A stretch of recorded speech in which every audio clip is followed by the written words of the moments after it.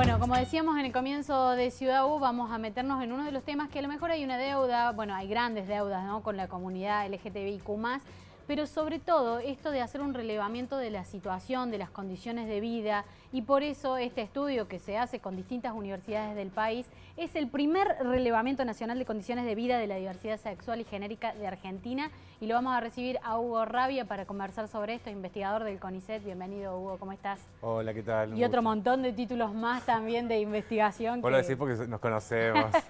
Doctor en estudios sociales también, y estás como influenciado también por la psicología y trabajando sobre todo esto. Pero el estudio del relevamiento, ¿es una deuda o algo que ustedes necesitaban también y veían como una necesidad entre todos hacerlo? Absolutamente, sí. No existían datos de estadísticas sobre condiciones de vida, trabajo, vivienda, salud, educación de la diversidad sexual y de género en Argentina. Hay algunos indicios de que van a salir algunos datos sobre identidad de género con los datos del censo. ¿Sí? Hay algunos estudios a nivel población específica, sobre todo con personas trans en algunas provincias, como el Conocerte, de aquí de Córdoba, pero no de la diversidad en su conjunto y de la heterogeneidad de la diversidad. La inexistencia de esos datos es por la misma negación muchas veces, bueno, lo estamos viendo hoy también, ¿no?, con el panorama político de la comunidad y de la diversidad sexual en Argentina. Por muchísimos factores, pero claramente ha habido intereses históricos de invisibilizar estadísticamente a nuestra comunidad.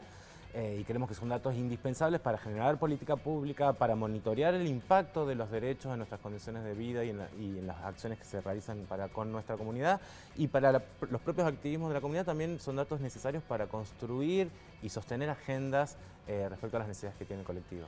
¿Qué los sorprendió, ¿no?, de estos primeros datos? Sabemos que faltan más datos todavía de traer y de mostrar, pero ¿qué fueron los datos sorprendentes así que en el estudio los vieron ustedes? La primera gran sorpresa es que si bien no podíamos hacer un muestreo probabilístico que se llama, porque empezó con una encuesta online, digamos, donde invitamos a participar, logramos más de 15.000 respuestas en todo el país, más de 15.000 personas de la diversidad sexual y de género participaron del estudio, así que agradecidísimos con todas las personas que nos brindaron sus datos, su información.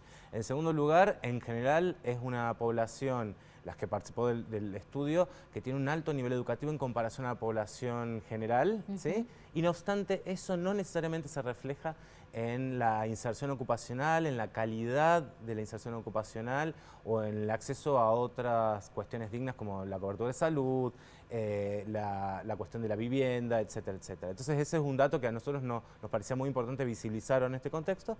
Y el segundo dato muy relevante es que a pesar de que ha habido avances sociales, legales en nuestra sociedad, no obstante hay situaciones de discriminación que siguen repercutiendo y afectando nuestras vidas en el ámbito de la salud, de las oficinas públicas, con la fuerza de seguridad o en la calle, con vecinos, con desconocidos, ¿sí? Más del 50% de las personas trans que participaron del estudio dijeron que a lo largo del último año recibieron burlas, agresiones o amenazas por parte de desconocidos en la vía pública. Entonces, hay avances, hay cosas muy positivas, pero también hay muchos pendientes y cosas que tenemos que tratar de resolver. Pensando un poco en estos resultados, ¿no?, y haciendo una lectura que digo, hay mucha posibilidad o un crecimiento a nivel educativo, de un avance, de la posibilidad de insertarse y estudiar, crecer, formarse, pero la verdad es que si no se responde en el lugar de empleo, si no hay una cuestión ocupacional, la verdad es que eso también puede condicionar la vida de cualquier persona, ¿no?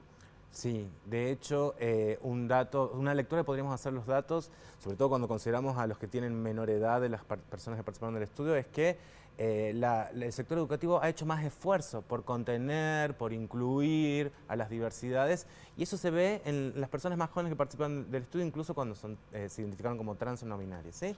Pero en el ámbito del trabajo, ¿sí?, las organizaciones que ofrecen trabajo, que nos acogen, digamos, para trabajar, no se evidencian los mismos esfuerzos, ¿sí? Entonces hay que seguir trabajando para generar espacios de trabajo amigables, que contengan las diversidades sexuales, que logren identificar los aportes que podemos hacer las diversidades también a los espacios laborales. En condiciones de vida también incluía el tema de la salud.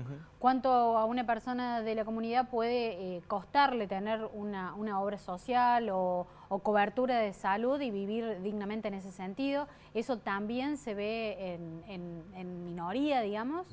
Sí, se ven los datos, ¿sí?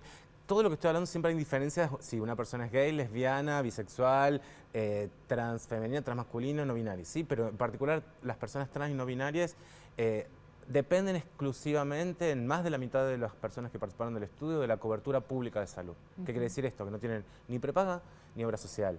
Entonces ahí hay una información muy relevante también para pensar política pública, para reconocer, digamos, la dependencia que tienen estas personas del Estado, al menos en el ámbito de la salud, seguramente, ¿sí?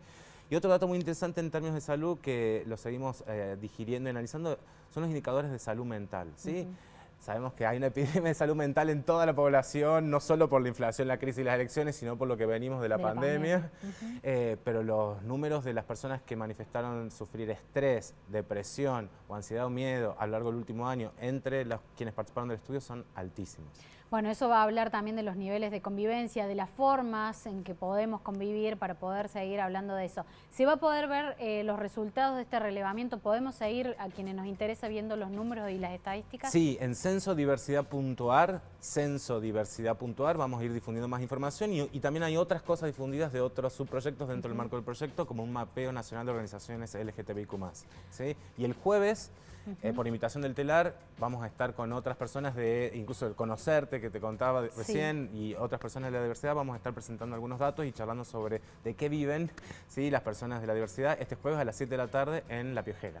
Bueno, está hecha la invitación. Gracias, Hugo. Te esperamos con más datos. Seguimos hablando de esto, la necesidad de que esto permanezca y también destacar, ¿no?, la educación pública, la salud pública, cómo hacen también la diferencia en estos casos que los datos podrían ser mucho peores, ¿no? Absolutamente. Gracias, Hugo. Gracias. Hasta la próxima. Bueno, Random TV y seguimos con más Ciudad U.